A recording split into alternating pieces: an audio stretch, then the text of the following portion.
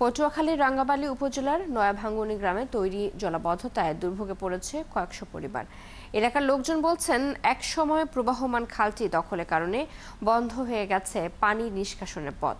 প্রশাসনের উদ্যোগে দ্রুত ব্যবস্থা নেওয়া না হলে বর্ষা মৌসুমে চরম দুর্ভোগ পোহাবে গ্রামবাসী। কামরুল হাসানের তথ্য ছবিতে প্রতিবেদন। গেল ৬ দিনের বৃষ্টিতে বাড়ির চারপাশে জমেছে পানি। কোথাও তলিয়ে গেছে পুকুর, কারো ভেসে গেছে পুকুরের মাছ, তলিয়ে গেছে চলাচলের সড়কটিও। রাঙ্গাবালী উপজেলার ছোট বাইজদিয়া ইউনিয়নের নয়াভাঙ্গনী গ্রামে বৃষ্টি হলেই দুর্ভোগ পোহাচ্ছে শতাধিক পরিবার। গ্রামবাসী জানান, জলাবদ্ধতার পেছনে রয়েছে ভরাট হয়ে যাওয়া সরকারি ডাঙ্গা খাল। আগে গ্রামের পাশের খাল দিয়েই পানি সুলিস গেট পেরিয়ে নদীতে যেত, কিন্তু 2 দশক হলো খালটি চলে গেছে অবৈধ দখলে। পানি বন্দি সমস্ত বাড়ির ঘর দিয়ে তলাই দিচ্ছে। পানি ওই তো ইচ্ছে তো আর দেখান দেবে না, পানি তো নামাইতে হবে। বিএস পর্সায় একটু ত্রুটির কারণে আজকে যে আমাদের সরকারি ডাঙ্গা ছিল, সে ডাঙ্গাটা যার যার ব্যক্তিগত মালিকানা হিসেবে যার যার ঘের পুকুর করে নিয়েছে, যার জন্য পানি নিষ্কাশন হচ্ছে না। খাল দখল করে কেউ বানিয়েছেন রাস্তা, কেউ মাছের ঘের। এতেই বন্ধ হয়ে গেছে পানি সরার পথ, যে কারণে বৃষ্টি হলেই তৈরি হচ্ছে জলাবদ্ধতা। বাড়ি ঘর সব তলায়, পুকুর মাছটা সব তলিয়ে গেছে। হ্যাঁ, ওই মাথার যে পাকসা কর্তাটা তুলমূল্য সব তলায় গেছে। কর্তৃপক্ষের প্রতি বিনীতভাবে অনুরোধ থাকবে যাতে আমরা এই সমস্যার সমাধান করতে পারি। তবে খাল দখলকারীদের দাবি, জরিপ অনুযায়ী এটি এখন আর খাল নয়। এখন আমার একলা দোষারোপ করতে আমার জায়গায় পানি বাঁধে। আমি আমার ব্যক্তিগত রেকর্ড জমি সম্পত্তি দেবে বাড়িঘর করা। ডাঙ্গার ভিতর দিয়ে একটা মানে ছোট একটা রাস্তা করে ওইটা দিয়ে আমরা আওয়া যাওয়া করি। সবসময় আমাদের উত্তর পাশে আসা লাগে। এদিকে দুর্ভোগ কমাতে প্রয়োজনীয় পদক্ষেপ নেয়ার দাবি জনপ্রতিনিধির। আর পানি নিষ্কাশনের আশ্বাস দিয়েছেন উপজেলা নির্বাহী কর্মকর্তা।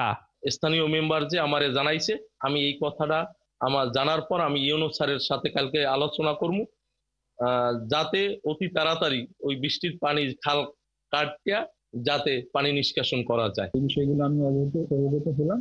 এগুলো আমরা আমাদের যারা সংশ্লিষ্ট কর্তৃপক্ষ আছে তাদেরকে নিয়ে আমরা স্পটগুলো ভিজিট করবো এবং জলাবদ্ধতা তৈরি না হয় সেজন্য আমরা প্রয়োজনীয় ব্যবস্থা করব। এলাকার মানুষ বলছেন, 6 দিনের বৃষ্টিতে দুর্ভোগ চরমে পৌঁছেছে। বর্ষা মৌসুমের শুরুতেই ব্যবস্থা না নিলে দুর্ভোগ আরো বাড়ার আশঙ্কা তাদের। কামরুল হাসান, 71, রাঙ্গাবালী, পটুয়াখালী। এ নিয়ে আরো জানাতে আমাদের সাথে এবারে যুক্ত আছেন রাঙ্গাবালী থেকে সহকর্মী কামরুল হাসান। কামরুল, জলাবদ্ধতার এখন কি অবস্থা দেখছেন, মানুষের দুর্ভোগ কেমন দেখছেন? একই সাথে একটু জানতে চাই যে খাল দখল মুক্ত করতে প্রশাসন কোনো উদ্যোগ নিচ্ছে কিনা, এবং দখলদাররা যে বলছেন জরিপ অনুযায়ী এখন এটি আর খাল নেই, কিসের ভিত্তিতে তারা এই কথা বলছেন, একটু বিস্তারিত জানাবেন।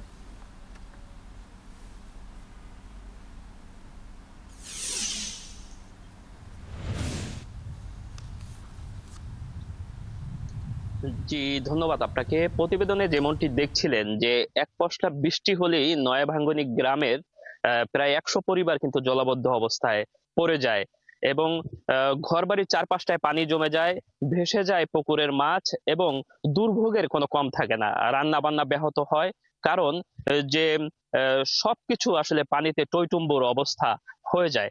এই দুর্ভোগের চিত্র আমরা প্রতিবেদনের মাধ্যমে দেখাচ্ছিলাম এবং এই কারণটি হচ্ছে নয়াভাঙ্গনী গ্রামের পাশ দিয়ে বয়ে চলা যে ডাঙ্গা খাল, সে খালটি দখল হয়ে গেছে।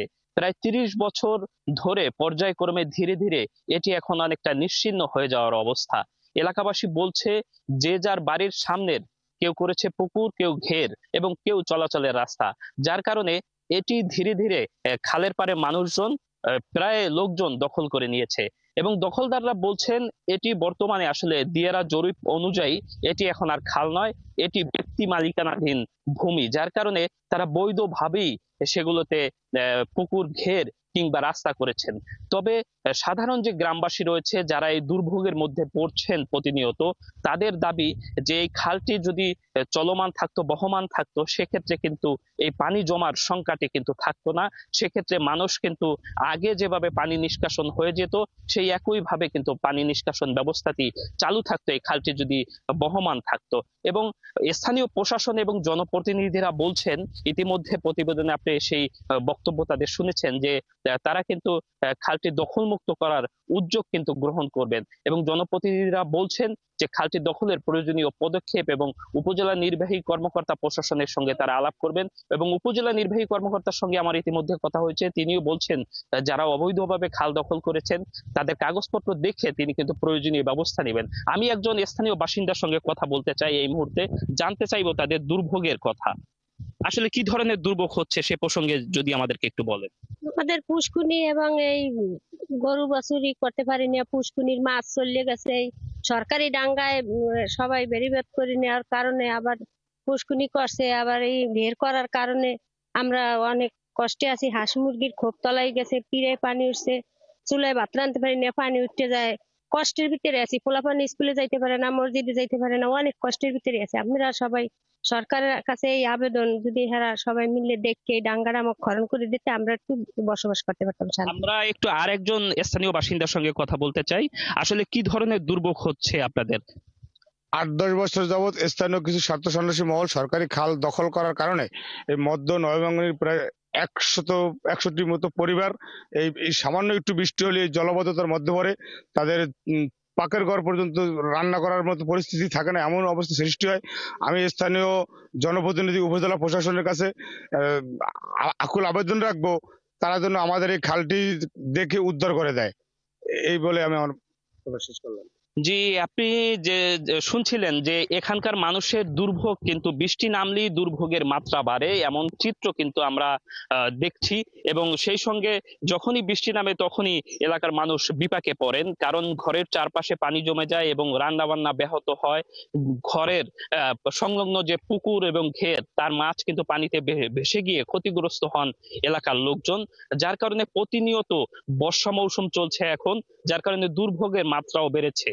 এই পুরো মৌসুমটিতে তারা শঙ্কা করছেন যে জলাবদ্ধ অবস্থায় কিন্তু তাদের দিন পার করতে হবে।